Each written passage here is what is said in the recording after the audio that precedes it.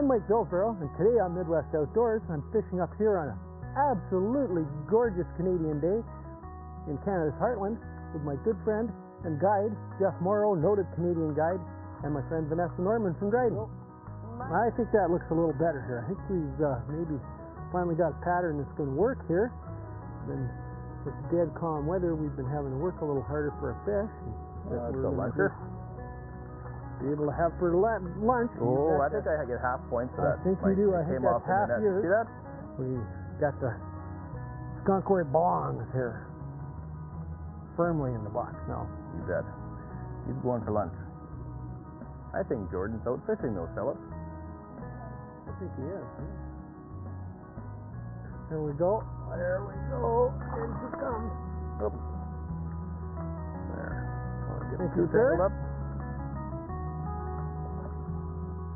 I'll get her. Yeah, I'll get her as soon as I can. Oh! Look at that! Wow, that was freaking big. Yeah, baby.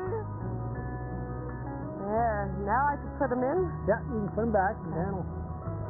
Mike, I'm really enjoying myself on the fishing trip so far. You know, the weather's been great. The fishing's been great.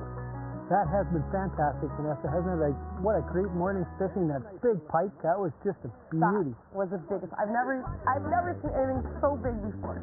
Oh, let's see him come now. That is a Heartland Northern we got coming up here. We've been fighting him for quite a while now. Jeff's got him on just 6-pound test. Ooh, nice one. Yeah. Oh my God. Oh. Sorry, Mike, here, you want to try it, or you guys don't mind if I? Whew. Oh, got him! Got him! Whoa! We're in the net here. Now that's a nice fish. Whoa! Boy, he's fat. Oh my God! I can't believe the size of this. Now that's what I'm talking about. Oh, wow! I can't believe the size of this. Okay, just let him go. Yeah, that was a beautiful fish, and it's back there, so it can be caught again by the next people, and that's a real nice thing. So how many lodges are there in Canada's Heartland? Well, Vanessa, there's well over 200 lodges in Canada's Heartland, probably closer to 300. Tell me about the variety of experiences that people get from camp. Okay, Vanessa, like there's a wide variety of experiences available. You kind of got to split it up a couple of different ways. First of all, there's the way you access the camp. I mean, we have drive-in camps, boat-in camps, and we have fly-in camps. Fly-in camps sound fun. Oh, they are. They're the most remote, generally, of all the experiences.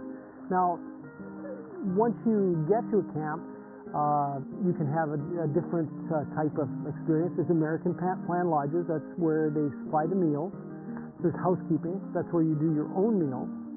And then the other type of experience is the outpost camp. And that would be where you're dropped in basically to a lake by yourself or a remote area of a big lake. And there'll be a single cabin there. The people who take you in will, whether it's a pilot or by launch or whatever, will check it out, make sure everything's working, and see that you're okay, and then wave goodbye and come back and pick you up at the end of your vacation. Well, there's so many. How do I know where do I start? Well, you know, probably one of the best resource places you can start out is by going to www.freefishingmap.com. Now that's the regional publication, the Canadian Fishing Map that we put out every year. If you go to that website, you can order one. It lists 90% of the outfitters in the area, gives you a little idea of what each one has to offer. Spend some time talking to the outfitters and read their literature, get it sent out to you, take a little bit of time and make sure that you are getting what you're anticipating. The other thing that you can do that's a really, really good piece of advice, I think, is ask the outfitter for a couple of references.